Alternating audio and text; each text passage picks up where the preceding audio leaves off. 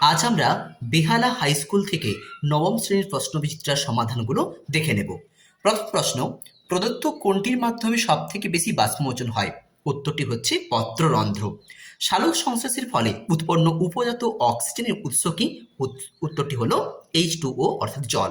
সবাত শ্বসনে উৎপন্ন এটিপির পরিমাণ হলো 38 অণু। মানুষের পৌষ্টিক তন্ত্রের কোন অংশে খাদ্য পরিপাকের সমাপ্তি ঘটে? উত্তরটি হলো ক্ষুদ্রান্ত্র। মানব হৃৎপিণ্ডের রক্তবাহ একমুখী রাখতে সাহায্য করে বা রক্ত প্রবাহ একমুখী রাখতে সাহায্য করে কে? না কপাটিকা, যাকে আমরা ভাল্ব বলি। বিভাগ খ থেকে প্রথম প্রশ্ন, কত অণু পিজিএএলডি অর্থাৎ ফসফোগ্লিসারালডিহাইড থেকে কত অণু ফসফোগ্লিসারালডিহাইড থেকে এক অণু গ্লুকোজ উৎপন্ন হয়? উত্তরটি হলো 2 অণু। এ শ্রেণীর রক্তে উপস্থিত অ্যাগ্লুটিনিনটির নাম কি? বিটা। সালোক সংশ্লেষের আলোক দশা কোথায় সম্পন্ন হয়? ক্লোরোপ্লাস্টের গ্রানা অঞ্চলে।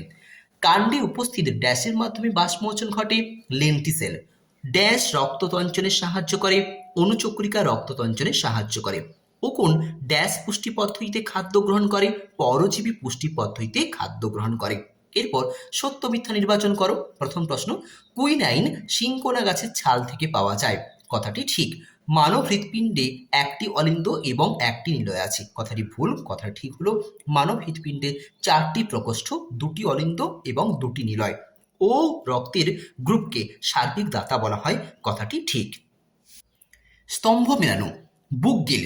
বুকগিল দেখতে পাওয়া যায় যা হলো চিংড়ির শ্বাসঅঙ্গ নামে পরিচিত বুকগিল। হিমোগ্লোবিন। হিমোগ্লোবিন লোহিত রক্তকণিকায় থাকা একটি রক্তরঞ্জক। মরফিন, এটি একটি নাইট্রোজেনযুক্ত রেচন পদার্থ অর্থাৎ উপক্ষার। গ্লুকোজ, যার সংকেত C6H12O6। বিভাগ গয়ের প্রথম প্রশ্ন, এটিপির পুরো নাম কি? এর পুরো নাম অ্যাডিনোসিন ট্রাইফসফেট। এটিপি থেকে এটিপি অর্থাৎ অ্যাডিনোসিন ডাইফসফেট থেকে অ্যাডিনোসিন ট্রাইফসফেট উৎপন্ন হতে কোন উৎসেচক প্রয়োজন হয়? এটিপি সিনথেজ। মানুষের অতিরিক্ত রেচন অঙ্গগুলির নাম বলো। অতিরিক্ত রেচন অঙ্গ আমরা জানি প্রধান রেচন অঙ্গ কিডনি বা বৃক্ক। এছাড়াও অতিরিক্ত বা সহায়ক রেচন অঙ্গগুলি হলো যকৃৎ, ফুসফুস এবং ত্বক। এপিও রক্ত শ্রেণীর উদ্ভাবককে? Curl Landsteiner. কোন রক্ত শ্রেণীতে কোনো অ্যান্টিবডি থাকে না? এবি রক্ত শ্রেণীতে কোনো অ্যান্টিবডি থাকে না। এরপর 4 দাগের প্রশ্ন, C3 উদ্ভিদ কি? উত্তরটা এভাবে করার চেষ্টা করব, যে সমস্ত উদ্ভিদে সালোক সংশ্লেষের অন্ধকার দশায় অঙ্গারাত্মীকরণের মাধ্যমে প্রথম স্থায়ী যৌগ অর্থাৎ প্রথম 3 কার্বনযুক্ত স্থায়ী যৌগ পিজিএ উৎপন্ন হয়, সেই সমস্ত উদ্ভিদকে বলা হয় C3 উদ্ভিদ। প্রায় সমস্ত দ্বিবীজপত্রী উদ্ভিদ অর্থাৎ ছোলা, মটর, মসুর প্রভৃতি সমস্ত রকম উদ্ভিদে এই চক্রটি দেখতে পাওয়া যায়। সেই জন্য এই সমস্ত দ্বিবীজপত্রী উদ্ভিদকে C3 উদ্ভিদ বলা হয়। পরের প্রশ্ন, সুষম খাদ্য কাকে বলে? উদাহরণ দাও। যে সকল খাদ্যে বিভিন্ন প্রকারের খাদ্য উপাদানগুলি অর্থাৎ কার্বোহাইড্রেট, প্রোটিন, ফ্যাট, ভিটামিন, খনিজ লবণ এবং খাদ্যতন্তু যথেষ্ট পরিমাণে বা যথোপযুক্ত পরিমাণে এবং যথার্থ অনুপাতে উপস্থিত থাকে, সেই সমস্ত খাদ্যকে সুষম খাদ্য বা ব্যালেন্সড ডায়েট বলা হয়।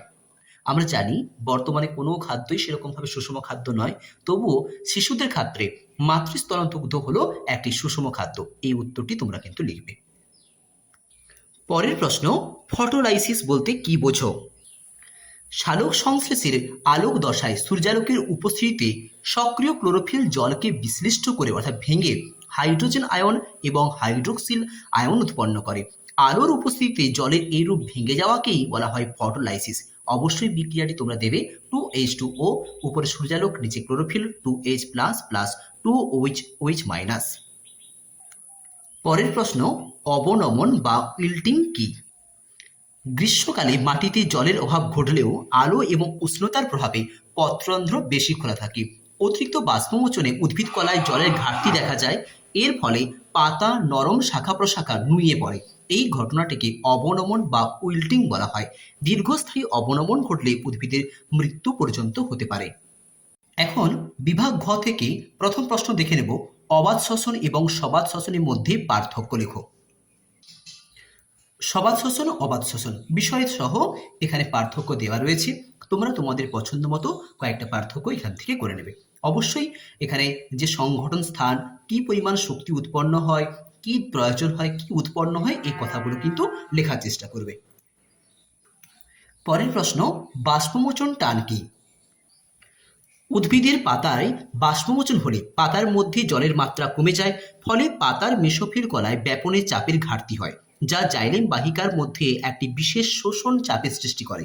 ফলে নালিকার ঊর্ধ্ব অংশে জলের চাপ ভীষণভাবে কমে যায়। এই কম চাপকে পূরণ করার জন্য তখনই জাইলেম বাহিকার মধ্যে ঘটতে থাকে রসের ঊর্ধ্বমুখে পরিবহন। এই ঘটনাটাকেই বাষ্পমোচন টান বা প্রস্বেদন টান বলা হয়। অথবা প্রশ্ন, কপ্রোফ্যাগি পুষ্টি পদ্ধতি উদাহরণের সাহায্যে ব্যাখ্যা করো। কিছু প্রাণী আছে যারা নিজেদের বা অন্য প্রাণীদের মল ভক্ষণ করে জীবন ধারণ করে এবং পুষ্টি সম্পন্ন করে। সেই সমস্ত প্রাণীদের কপ্রোফ্যাগি বা মলভোজী প্রাণী বলা হয়, যেমন মাছি, গোবরে পোকা, গিনিপিগ, শূকর প্রভৃতি। উদ্ভিদের অপরিহার্য খনিজ পদার্থের 3টি সাধারণ কাজ উল্লেখ করো। কাজগুলো প্রথমে দিয়েছে, খনিজ উপাদান দ্বারাই কোষের প্রোটোপ্লাজম গঠিত হয় এবং প্রোটোপ্লাজম সক্রিয় থাকে। দ্বিতীয় কাজ, উৎসেচক গঠনের জন্য গুরুত্বপূর্ণ উপাদান হলো খনিজ মৌল। 3 নম্বর, উদ্ভিদের জারণ বিজারণ ক্রিয়ায় খনিজ লবণ সাহায্য করে, জলের ভারসাম্য রক্ষা করতে সাহায্য করে, ক্লোরোফিল সংশ্লেষে সাহায্য করে, বাফার ক্রিয়া নিয়ন্ত্রণ করে। প্রভৃতি কাজগুলো তোমরা এখান থেকে করে নেবে।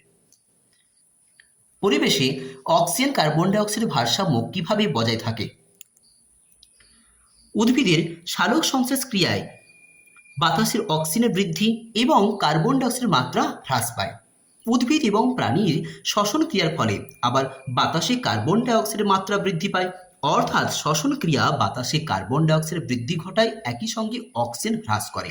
তাই শ্বসন এবং সালোক সংশ্লেষ ক্রিয়া বাতাসে গ্যাসের তারতম্য ভারসাম্যতাকে বজায় রাখে। অবশ্যই এরকম একটা ডায়াগ্রাম দিয়ে তোমরা এই উক্তিটি ব্যাখ্যা করবে। রক্ষী কোষ কাকে বলে? পত্ররন্ধ্র গঠনকারী অর্ধচন্দ্রাকৃতি বা উপবৃত্তাকার ও ক্লোরোপ্লাস্ট যুক্ত কোষ দুটিকে বলা হয় রক্ষী কোষ, যা বাষ্পমোচন গ্যাসীয় বিনিময়ে সাহায্য করে। পরের প্রশ্ন, নেফ্রনে একটি চিত্র অঙ্কন করে নিম্নলিখিত অংশগুলো চিহ্নিত করো। বাউম্যান ক্যাপসুল, গ্লোমেরুলাস, দূরবর্তী সংবর্ত নালিকা এবং হেনলির লোব। এই কাপ সদৃশ অংশটি অর্থাৎ ম্যালপিজিয়ান কণিকার, নেফ্রনের যে প্রধান অংশ ম্যালপিজিয়ান কণিকা, তার কাপ সদৃশ অংশটি হচ্ছে কি, এই অংশটা হলো কি বাউম্যান ক্যাপসুলস। এরপর এই যে প্যাঁচানো রক্তজালক পরিবেষ্টিত অংশটি, এর নাম কি গ্লোমেরুলাস। তারপর ইউ আকৃতির যে অংশটি রয়েছে তার নাম কি হেনলির লোব। এরপর নেফ্রনের যে পরবর্তী অংশ তার নাম কি হলো দূরবর্তী সংবর্ত নালিকা, যা সংগ্রাহী নালিকার সঙ্গে যুক্ত হয়েছে। এইভাবে তোমরা ছবিটি এঁকে নেবে। পরের প্রশ্ন, দহন এবং শ্বসনের মধ্যে পার্থক্য দাও। প্রকৃতি, এরকম বিষয় দিয়ে অবশ্যই পার্থক্যটা করার চেষ্টা করবে। প্রকৃতি, এটি একটি নিয়ন্ত্রিত জৈব রাসায়নিক প্রক্রিয়া, এটি একটি অনিয়ন্ত্রিত ভৌত রাসায়নিক প্রক্রিয়া। অক্সিজেন, শ্বসনে অক্সিজেনের উপস্থিতিতেও হতে পারে, আবার অনুপস্থিতিতেও হতে পারে, কিন্তু দহন কেবলমাত্র অক্সিজেনের উপস্থিতিতেই ঘটে। উৎসেচক এখানে গুরুত্বপূর্ণ ভূমিকা পালন করে, দহনে উৎসেচকের কোনো ভূমিকা নেই। আবার শ্বসনে শক্তির মুক্তি ধাপে ধাপে ঘটে, দহনে শক্তির মুক্তি অবশ্যই দ্রুত ঘটে। তাপ এবং আলো, শ্বসন প্রক্রিয়ায় তাপ উৎপাদন নিয়ন্ত্রিত এবং আলো উৎপন্ন হয় না। দহন আর তাপ এবং আলো উভয় উচ্চ মাত্রায় অনিয়ন্ত্রিতভাবে উৎপন্ন হয়। শ্বসনে এটিপি উৎপন্ন হয়, দহনে এটিপি উৎপন্ন হয় না।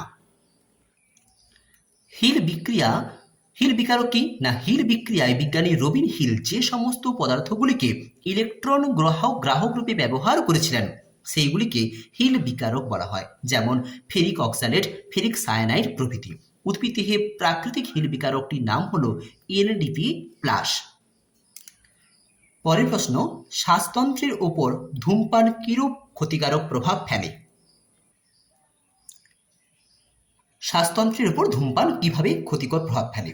ক্ষতিকারক প্রভাব, ক্যান্সার উৎপন্ন করতে, মানে কোন কোন রোগের ক্ষেত্রে রোগগুলো ধূমপানের কারণে হয়ে থাকে। ক্যান্সার উৎপন্ন হওয়া, ফুসফুসের বিভিন্ন রোগ, কাশি, এমফাইসিমা, হাঁপানি, এছাড়াও হৃৎপিণ্ডের রোগ, একই সঙ্গে প্লুরিসি, অ্যানথ্রাকোসিস, এমফাইসিমা তো হলো, সিলিকোসিস, অ্যাসবেস্টোসিসের মতো রোগগুলো হতে পারে। যেহেতু প্রশ্নটার জন্য 2 মার্ক রয়েছে, তোমরা নামগুলো অবশ্যই লিখবে, যদি সম্ভব হয়ে থাকে একটা বা দুটোকে একটু ডিসক্রিপশন করবে।